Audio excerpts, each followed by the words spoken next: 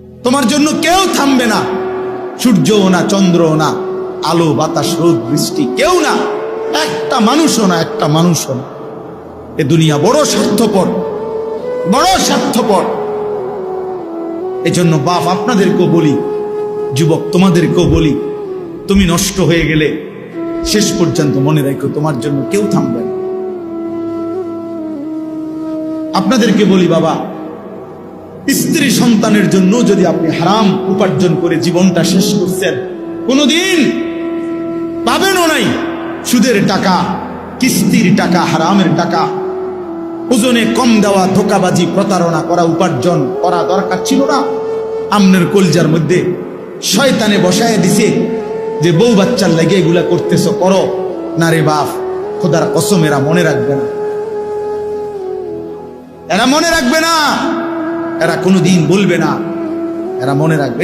দুপুর বেলা জানাজা হইছে, আসরের পরে জানাজা হইছে, কানছে 2 ঘন্টা 4 ঘন্টা, জি পুত নাতি নাতনি স্ত্রী সন্তান। ওই দিনকেই এশার নামাজের পরে দেখা যাবে এরা সবাই পাশের বাড়ির থেকে ভাত তরকারি রান্না আনছে, এরা খানা খাইতেছে, এরা গোশত খায়, মাছ খায়, ডাল খায়, সবই খাইতেছে।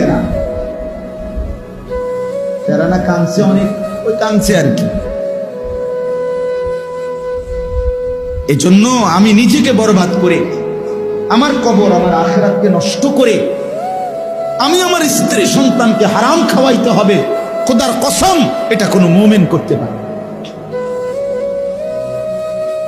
কোনো মুমিন করতে পারে। আমার ছেলে কোনোদিন 1 ওয়াক্ত ফজরের নামাজ পড়বে না, আর এমন জানোয়ারের জন্য আমি কামাই করুম, কমপক্ষে আমি আনিস এমন বেকুব না।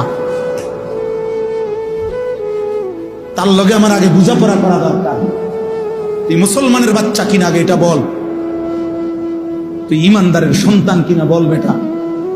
যদি তুই মুসলমানের বাচ্চা হস, আমি তোর জন্য মাথার ঘাম পায়ে ফেলে কামাই করমু, আমার এই কষ্টের উপার্জনের কিনা ফ্যান, খাট, পালং, সোফা, ফার্নিচার, বাজার সদাই, আর তুই বেঈমান সারা রাত মোবাইলে নারী দেখবি, ছবি দেখবি, কোনোদিন ফজরের নামাজ পড়বি না। এমন জানোয়ারের জন্যই আমি কামাই করলাম না, এমন হাইওয়ানের জন্য কামাই করতে বলছে কে? যার কপালে সেজদা নাই অত মানুষ না। কেউ আমরা থাকবো না, রাজপ্রাসাদের ওই অট্টালিকায়ও মরে যাবে, জীর্ণ কুঠিরে কুড়ে ঘরে যে মরে যাবে, জীবনে যে কোনো দিন দুঃখ দেখে নাই সেও মরে যাবে, জীবনে যে কোনো দিন সুখ দেখে নাই সেও মরে যাবে।